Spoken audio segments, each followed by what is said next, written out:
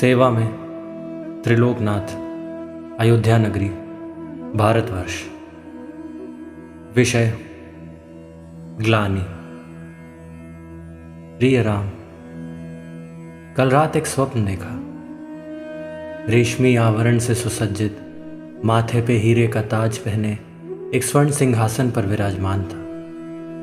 गले में कितने सारे आभूषण, न जाने कितने अनमोल रत्नों की गुथी मालाएं ऐसे टंगी थी जैसे ये तीनों लोक और इसके प्राणी तुमसे।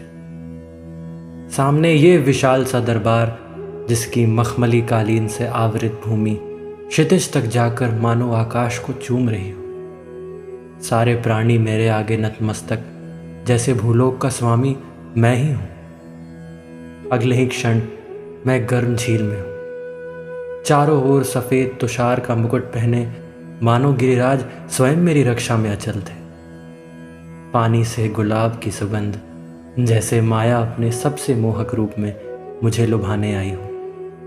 3 अप्सरा सी दासियां स्वर्ण थाल में मालाएं वस्त्र लिए मेरी सेवा में हाजिर, जैसे मुझे स्पर्श कर वो स्वयं पवित्र हो गई।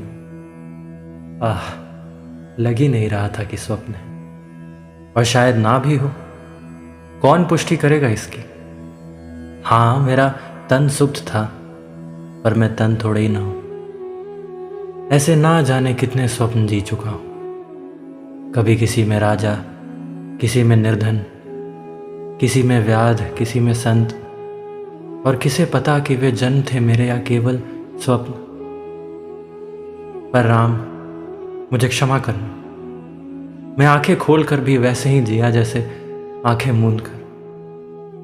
सीना ठोक कर स्वयं को तुम्हारा भक्त कहता, पर जीवन न आंखों में तेज है, न मन में शांति। दूसरों के दोष देखने में निपुण, कभी अपने दोषों को नहीं त्यागा। कभी त्यागा भी तो मन से विषयों का चिंतन कर मिथ्याचारी बना रहा। क्या करूं, तुम्हारी माया है ही इतनी प्रबल। तिल तिल कर इतने जन्म, माफ करना, स्वप्न काटे, और तिल तिल कर ये भी स्वप्न जन्म काट रहा हूं। महात्माओं की सुनूं तो वो कहते कि तुम्हारी चरणों की उपासना से ही मुक्ति मिलेगी। पर किसी की उपासना करने के लिए उससे प्रेम होना चाहिए। प्रेम होने के लिए उसे जानना होगा। अब स्वामी, तुम ही बताओ, तुम्हें कभी कोई जान सका है क्या? पर मैंने कुछ तो जाना है, जिसे जानने के बाद से ही मन आतुर है तुमसे मिलने को। हृदय उत्साहित भी है और शांत भी। मैंने जाना कि वास्तव में तो मैं कभी धन संपदा चाहता ही नहीं था। मैं चाहता था उससे मिलने वाली स्वतंत्रता को। मैं वास्तव में तो कभी स्त्री चाहता ही नहीं था।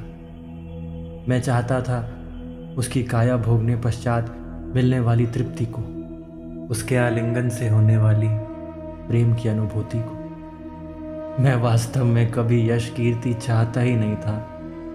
मैं चाहता था वो बलवान और रूपवान होने की भावना को। और मैं जान गया मुझे ये सब कहाँ मिलेगा। मैं ये पत्र लिख रहा हूं तुम्हें आगाह करने कि मैं आ रहा हूं तुम्हारे पास। मैं कितना स्वार्थी हूं स्वामी। तुम सदा से यही थे। जब मैं फूट फूट कर रोया था तो क्या तुम नहीं रोए होगे? मेरे हाथ कांप रहे हैं। अब रहा नहीं जा रहा, अब रहा नहीं जा रहा। मैं आ रहा हूं। मैं आऊंगा और तुम्हारे चरणों पे गिर जाऊंगा, और फिर देखूंगा, फिर देखूंगा। कौन देखेगा? क्या देखेगा? राम, ये क्या हो रहा?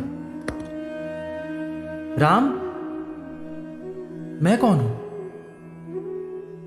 राम, तुम कुछ बोलते क्यों नहीं?